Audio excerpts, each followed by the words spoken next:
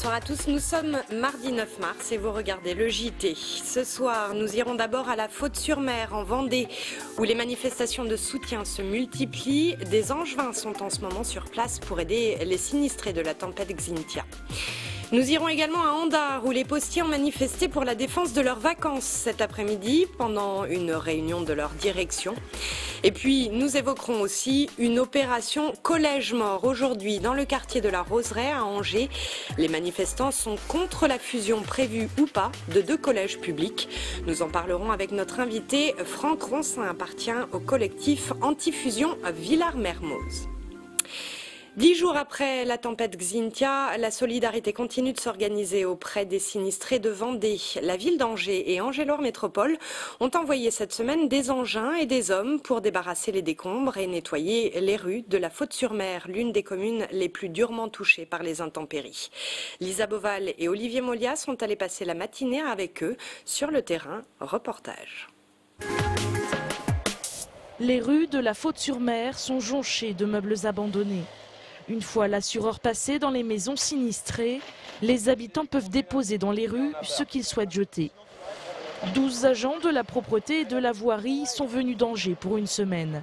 Leur mission, avec leurs 6 engins spécialisés, déblayer et nettoyer les rues de la commune. Notre mission cette semaine consiste à enlever l'ensemble des déchets encombrants et électroménagers sur le domaine public qui ont été sortis des maisons sinistrées et également donc avec nos collègues d'Angers Métropole le nettoyage du réseau d'assainissement et puis certainement deuxième partie de semaine du lavage avec notre laveuse. Dans cette commune, les 2 tiers des maisons auraient été touchées par la tempête Xynthia et sur 1000 habitants qui vivaient à l'année ici, 29 sont décédés. Alors le nettoyage des égouts et des rues, le ramassage des encombrants sont des actions qui font du bien à la commune de la Faute-sur-Mer.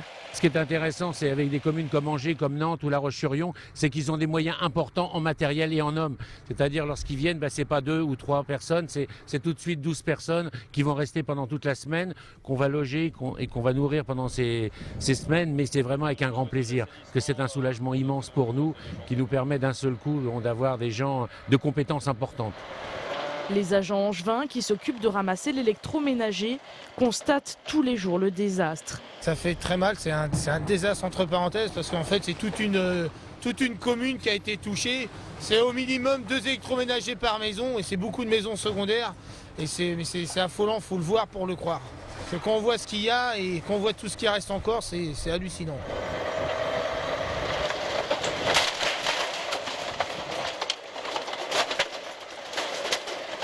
Je pense qu'il y en a encore au moins 15 jours à enlever tout ce qui est électroménager. On avance, mais les gens, ils sortent au fur et à mesure. Et c'est vrai qu'il y a beaucoup d'experts qui vont passer tard, donc les gens, ils ont encore gros sur le cœur. Les 12 hommes de la ville d'Angers rentrent vendredi. D'autres communes prendront le relais les semaines suivantes. Il reste encore beaucoup à faire.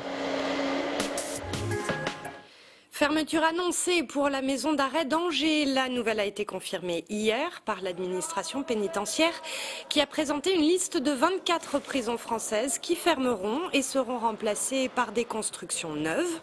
Mais le calendrier de l'administration pénitentiaire ne prévoit aucune fermeture avant 2015. Et pour l'instant, aucune étude de terrain n'a été faite pour localiser un emplacement dans l'agglomération. La prison d'Angers a été mise en service en 1856. C'était il y a plus de 150 ans. Ces 245 cellules accueillent en moyenne plus de 450 détenus. Justice et du nouveau dans l'affaire du bébé né sous X. Nous vous en avions parlé en octobre dernier lorsqu'un juge angevin avait autorisé des grands-parents à prouver leur lien de parenté avec une petite fille née sous X. Hier, le couple a demandé officiellement la garde de l'enfant. Il veut que le tribunal de grande instance annule l'arrêté préfectoral donnant au bébé le statut de pupille de la nation. La décision du tribunal sera rendue le 26 avril prochain. Et puis la réforme de la justice, une nouvelle fois au cœur de la contestation. En début d'après-midi, des avocats, des juges, des avoués et divers représentants des institutions judiciaires se sont rassemblés devant le palais de justice d'Angers. Rappelons que cette réforme se matérialise notamment dans notre département par la suppression du tribunal de Saumur et par la disparition des avoués de la cour d'appel d'Angers. Maître Alain Fouquet, le bâtonnier de l'Ordre des avocats, ne se déclare pas opposé à des réformes, mais il aurait souhaité une véritable concertation sur ces dossiers. On l'écoute. On supprime les moyens, on empêche les gens de travailler, là où on dit proximité, etc., là où le mot d'ordre est proximité, on constate qu'on assiste à une désertification, voyez-vous, et au lieu d'une modernisation, eh bien, on s'aperçoit que ce sont les ressorts les plus ringards de la justice qui sont mis en œuvre. C'est là où nous protestons, où nous disons, nous qui sommes les professionnels, on ne peut pas accepter ça, ou alors il faut qu'on nous explique. La grogne des facteurs du Maine-et-Loire, mais aussi de Mayenne et de Sarthe. Ils manifestaient cet après-midi à Andars, à l'est d'Angers, en marge d'une réunion que tenait la direction de la Poste. Ils entendaient protester contre le processus de réorganisation engagé l'année dernière et qui touche les périodes de vacances. Ce processus leur demande de faire de l'auto-remplacement, alors qu'auparavant, la direction faisait appel à des saisonniers. Écoutez Didier Rouget, délégué syndical de la Poste. On estime que les moyens de remplacement sont largement insuffisants dans les bureaux aujourd'hui. Donc nous, ce qu'on veut, c'est de l'emploi derrière et non pas des suppressions d'emplois. Combien d'emplois demandez-vous ? On ne l'a pas estimé encore, mais on peut prétendre à une 50aine d'emplois pour les 3 départements au niveau des moyens de remplacement qui manquent à l'heure actuelle. Mais c'est un minimum, hein. La direction de la Poste n'a pas accepté de recevoir les facteurs en colère. L'intersyndicale appelle à un nouveau rassemblement le 23 mars prochain. Journée collège mort aujourd'hui à Angers, dans le quartier de la Roseraie. Les enseignants ont cessé le travail pour manifester contre un projet de fusion entre 2 établissements, projet qui impliquerait la fermeture du collège Jean Villard. Franck Ronsin, le président de l'association des parents d'élèves de ce collège, est venu nous en parler ce soir. Monsieur Ronsin, bonsoir. Bonsoir.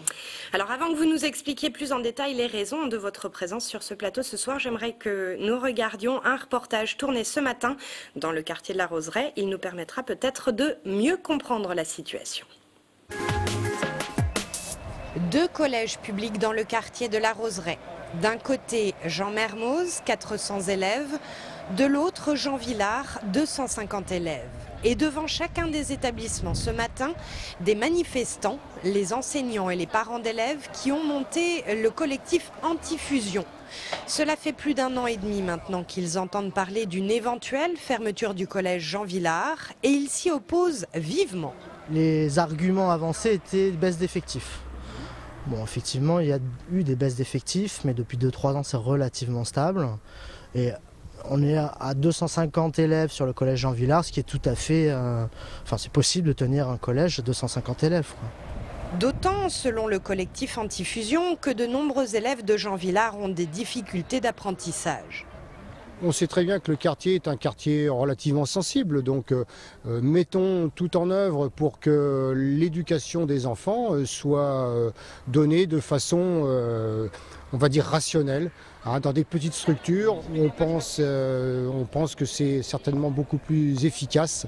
Le collège Jean Villard va-t-il disparaître? Et qui décidera de sa fermeture? Cela fait 1 an et demi que tous attendent d'en savoir plus. En septembre 2008 déjà, sur le plateau d'Angers 7, l'inspectrice d'académie avait tenté de répondre à ces questions en rappelant que le conseil général, qui gère les collèges du département, est lui aussi décisionnaire dans cette affaire.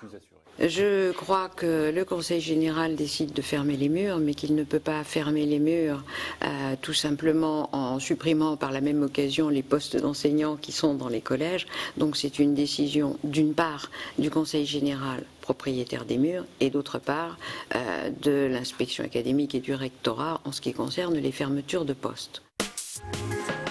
Alors, pour compléter ce reportage, on peut dire que le collectif que vous représentez ce soir a reçu un courrier récemment émanant du Conseil général et dans lequel on peut lire que le Conseil général ne prendra aucune initiative concernant ces 2 collèges en l'absence d'orientation claire de l'inspection d'académie.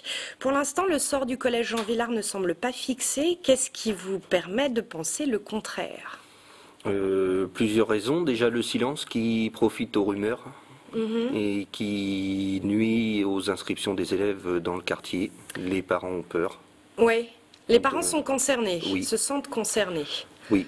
Et vous avez vu des désistements déjà? Les parents se réorganisent dans le quartier pour inscrire leurs enfants ailleurs? Avant de se désister, les parents en parlent au niveau des directeurs d'écoles élémentaires.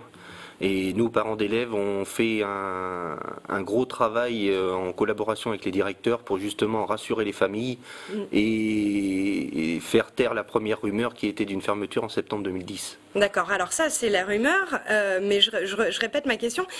Qu'est-ce qui vous permet de penser que ce collège Jean Villard va réellement fermer? Pour l'instant, vous n'avez reçu aucune confirmation. Non, mais nous savons qu'il y avait des travaux qui étaient prévus. Le déroulement était déjà fortement prévu pour la rentrée 2009. Oui. Et rien ne s'est passé, les budgets sont bloqués, oui. Les travaux ne sont donc pas faits. Et nous savons qu'il y a des architectes qui se promènent sur le site de Mermoz pour faire démétrer et réaliser certainement une étude d'agrandissement.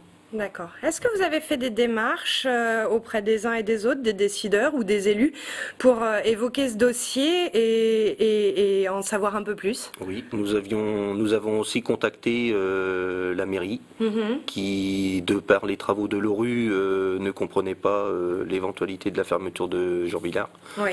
Puisque ça ne rentre pas dans le cadre de leur souhait de garder 2 collèges publics à petite structure sur la Roseraie et de garder aussi les 4 écoles élémentaires qui permettent aussi des petites structures et de garder une mixité et une paix sociale au niveau du quartier.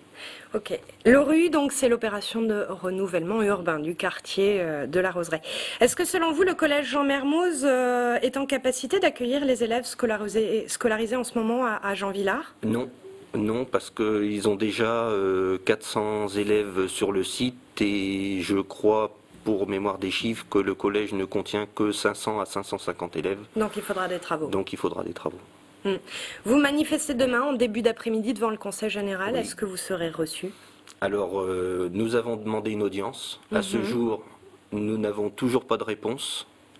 Et contrairement à ce que dit M. Béchu, comme nous savons que ces réponses mettent du temps à sortir des murs de la préfecture du Conseil général, oui.